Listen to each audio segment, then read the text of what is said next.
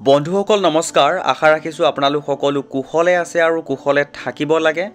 বন্ধুসকল আজি আপোনালোকক এই সময়ত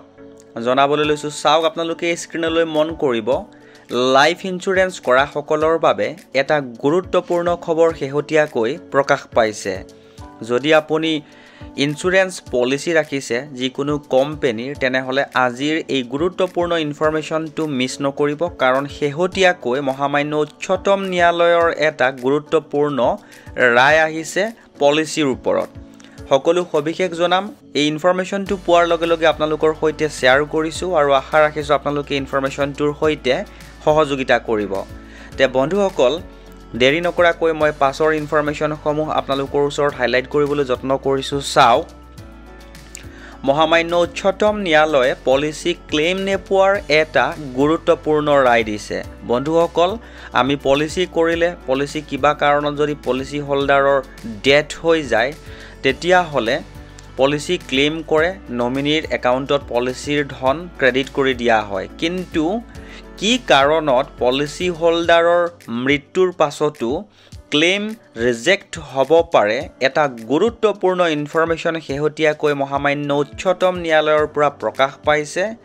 আজিৰ এই ভিডিওটোৰ জৰিয়তে এই গুৰুত্বপূৰ্ণ ইনফৰমেশনটো আপোনালোকক কম সময়ৰ ভিতৰতে জনাবলৈ যত্ন কৰিম আৰু দেৰি নকৰাকৈ মই আপোনালোকক পাছৰ ইনফৰমেশনটো জনাবলৈ যত্ন কৰিছো চাও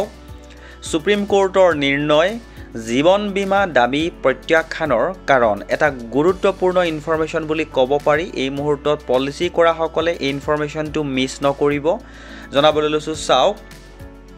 সুপ্ৰিম কোৰ্টৰ মতে যদি কোনো ব্যক্তি নতুন জীৱন বীমা পলিচি লয় আৰু আগতে থকা বীমা পলিচিসমূহ ঘোষণা নকৰে তেন্তে কোম্পানীৰ দাবী প্ৰত্যাখ্যান কৰিব পাৰে উদাহৰণস্বৰূপে এটা গুৰুত্বপূৰ্ণ কেছৰ কথা উল্লেখ কৰা হৈছে জনাবলৈ লৈছো চাওক এজন ব্যক্তিৰ 25 লাখ টকাৰ বীমা পলিচি আছিল এক্সাইড লাইফ ইন্সুৰেন্সৰ হৈতে কিন্তু তেওঁৰ আন বীমা পলিচিসমূহ ঘোষণা নকৰিলে এই পলিচিটো লোৱাৰ সময়ত অৰ্থাৎ এক্সাইড লাইফ ইন্সুৰেন্সৰ পলিচিটো লোৱাৰ সময়ত